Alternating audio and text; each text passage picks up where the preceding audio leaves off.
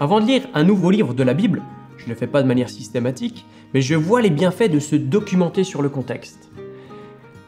Pourquoi? Parce que si je sais quand est-ce que le livre a été écrit, par qui, pourquoi, que je sais même comment il a été écrit, que je vois un petit peu le plan, ça m'aide vraiment à rentrer dans la lecture du texte et puis à voir rapidement les notions clés. D'ailleurs, en ayant le contexte biblique, historique, géographique d'un livre, tu auras quelques clés de compréhension. Je te donne un exemple.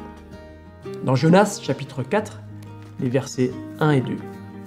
Le contexte, dans le chapitre 3, juste avant, Jonas a vu le peuple de Ninive revenir à Dieu, se tourner vers Dieu. Il devrait être super content.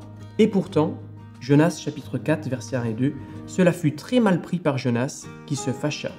Il pria l'Éternel et dit « Ah Éternel, n'est-ce pas ce que je disais quand j'étais encore dans mon pays? C'est ce que je voulais prévenir en fuyant Tarsis.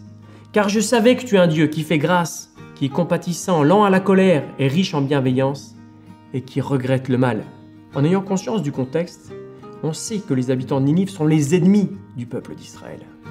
Et on comprend mieux, même si on ne comprend pas tout à fait, mais on comprend mieux ce que ressent Jonas à ce moment-là. Alors comment trouver de bons outils pour connaître le contexte biblique, historique, géographique d'un livre? Tu trouveras comme d'habitude quelques liens sous cette vidéo. Mais je te présente déjà mon podium. La chose la plus simple, c'est peut-être d'avoir un atlas, une frise chronologique juste à côté de toi quand tu lis la Bible. Et puis tu les consultes de temps en temps et tu auras déjà des informations précieuses. Ensuite, en ce qui concerne les introductions aux livres, pour les avoir toutes regardées, je te conseille vivement les introductions aux livres faites par Bible Project. Elles sont vraiment excellentes.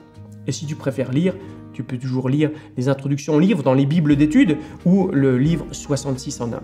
Bonus final, si tu le souhaites, la Bible archéologique est vraiment très intéressante. Alors tu pourras peut-être pas t'acheter toutes les Bibles d'études, mais tu peux te la faire prêter.